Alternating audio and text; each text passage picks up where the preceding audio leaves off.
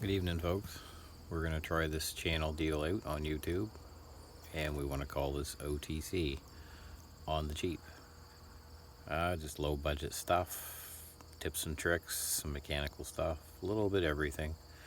Ways to save, ways to do, getting by with low budget materials and such. So follow along. We're going to start out here. This is my low budget 2002 Ford Explorer, 4-liter V6 automatic. It was a fairly loaded up Explorer in its day. This mainly bought it for use for a plow vehicle, and so we're going to try something different with it. So this is just a cheap old ATV plow, nothing special about it. It's pretty light duty, as you can see.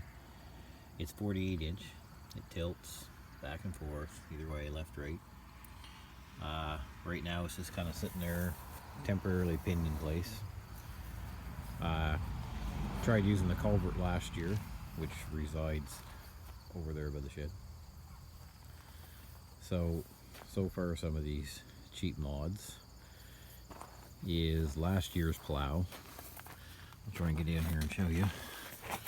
Ended up getting twisted badly and pushed into the radiator. I don't know if you can see that. So the radiator got twisted up.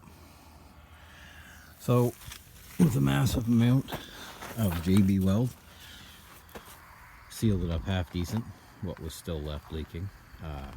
Quarter pound of pepper, sealed it up too.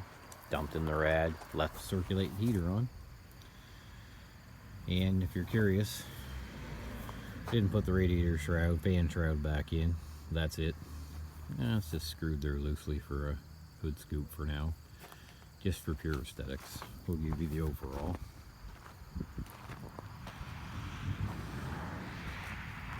Was a nice vehicle in its day. So as you can see, we have a winch hooked on, which runs up, which is absolutely destroying the paint. It's running through the end of a bolt-on hydraulic cylinder end cap.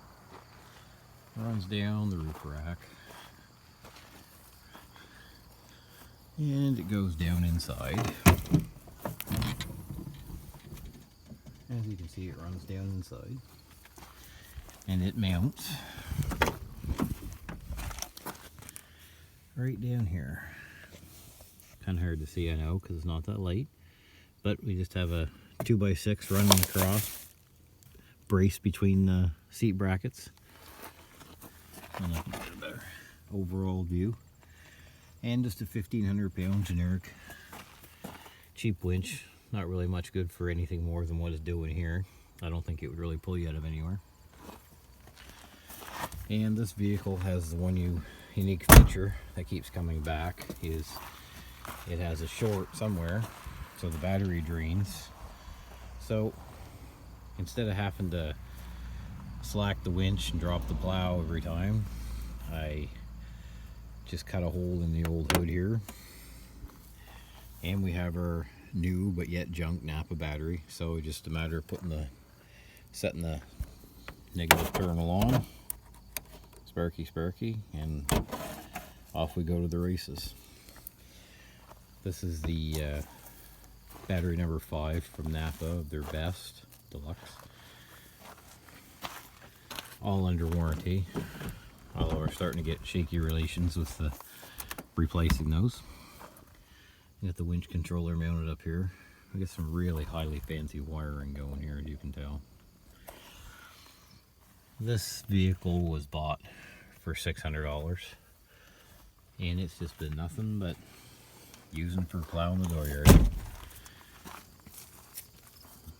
Again, we tried the culvert plow, and I will have a video, a link to that, which worked out reasonably well.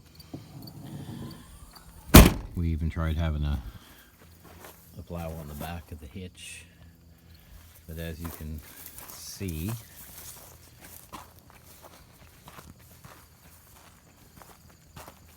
was very non-successful, as the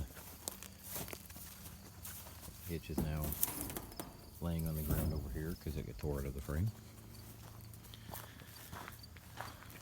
It's been a work in progress, and it's just getting by with cheap junk, and it served its purpose well. I think it's been 3 years, and as I said, I bought this from a guy I sort of know. I'll take a look under here. Now it's dark with this catalytic converter here. I just recently found out there's a market for those, and there's no muffler on this anyway. And as you can see, there's 4 different tires, 3 different sizes, 2 different brands, but you know, it's only on the dirt and snow and gravel and grass, so it doesn't bind it up any. And as I said, it was $600. And looky here, there's even an XLT, that's top of the line. So, and I recently found out the converters are worth some fair amount of money right now. So anyway, I recently talked to a guy in the marketplace, wanted a picture of the converters, said he was interested in buying them. And 350 bucks. There's 3 on this. There's 1 in each manifold, and then they meet after the Y and go into one other big converter. It's the size of a George Foreman grill. Economy size, maybe. Anyway, that's more than half of what I paid for this thing. And other than the first Napa battery I had to buy, the rest have been free. So the only other issue has been 1 horribly mangled tie rod end. Anyway, this has worked out fairly well. And the other thing I've been using for a plow vehicle is Suzuki XL7. This gold one has been doing the job very well. It has a rugged hitch on it as well. And I actually have an 8-foot plow that goes on the back of that. And that really does the job well. Alright, I have this other Suzuki XL7 too. This is my camp hauling woods buggy deal. And my wife's for F4. It's like a 2018. I'm not really allowed to do much with that because she figures on scratches and abuse. But anyway, I will say that a lot of the stuff that I use to work on different vehicles on the cheap, I can find this scrap steel cleanup days. We have the steel recycling bin at work. It's a great source, and I have lots of videos coming up. I can show you how to get by OTC. Thanks for watching, folks.